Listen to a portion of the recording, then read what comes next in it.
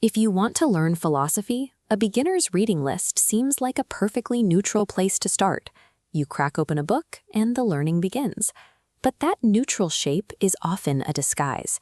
These lists routinely smuggle in a rigid set of foundational beliefs before you've even developed the tools to notice.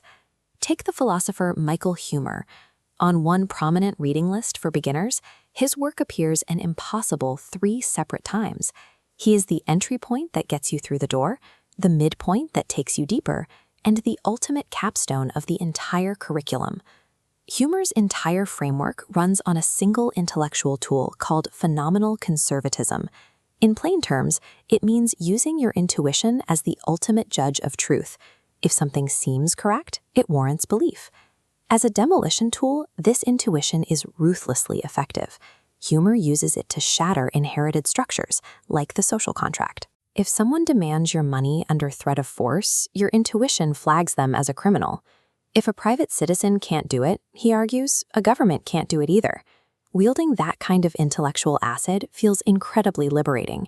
You can dissolve any custom or state power that lacks immediate intuitive sense. But eventually, the dust settles, leaving you standing in the rubble of your previous beliefs with absolutely nowhere to step. Having cleared the site, Huemer begins to build.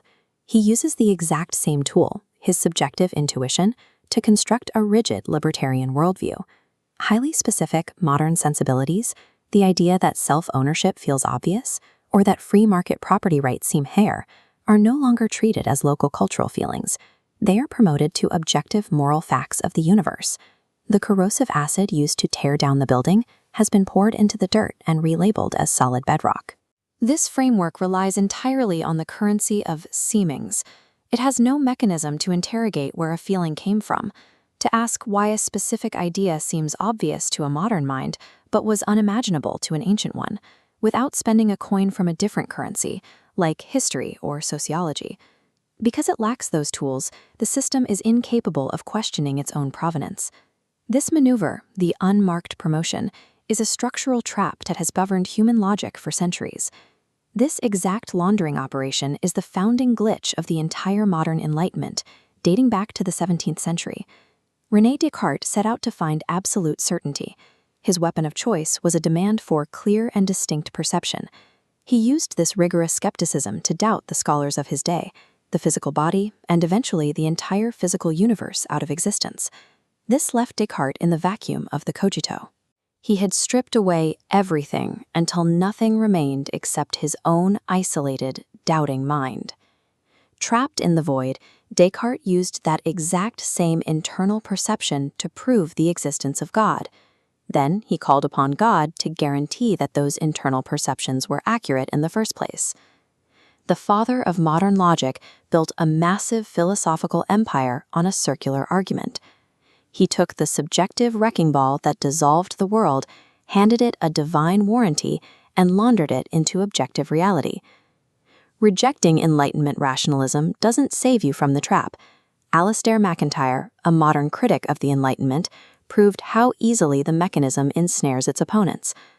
MacIntyre performed a masterful demolition of the modern neutral standpoint. He argued that all moral debates are just subjective shouting matches, tied to the specific traditions of the people arguing. Without a neutral vantage point from which to judge, MacIntyre could not claim his own traditionalist worldview was any better than his rivals. To solve this, he invented an internal standard for judging traditions. In practice, this standard functions as the godlike, neutral perspective he insisted could never exist. MacIntyre reached back past the modern project and smuggled in the ancient worldview of Aristotle, installing it as his new, unquestionable authority. Regardless of era or ideology, the pattern holds. Thinkers panic in the philosophical void and promote their destructive tool into an absolute law just to survive. Refusing to have a foundation doesn't lead to intellectual purity, it leads to complete paralysis. Humans must discretitize the world to manage it.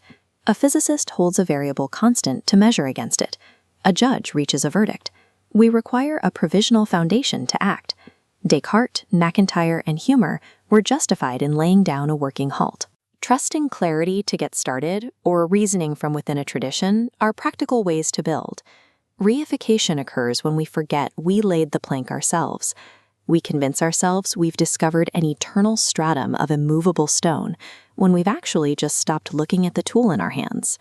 We are all forced to construct our own intellectual houses, but the danger lies in mistaking our temporary floorboards for eternal stone. This same architecture likely exists within your own mind. A mature thinker can build a rich, complex, comfortable life while honestly admitting the foundation beneath them is a practical choice, not an absolute reality. Consider the specific intellectual tool you use to dismantle the views of your rivals. Look closely at whether you worship that exact tool when it comes to your own beliefs. You have to stand somewhere. But how do you know your worldview is built on bedrock and not just the last place you stopped diving?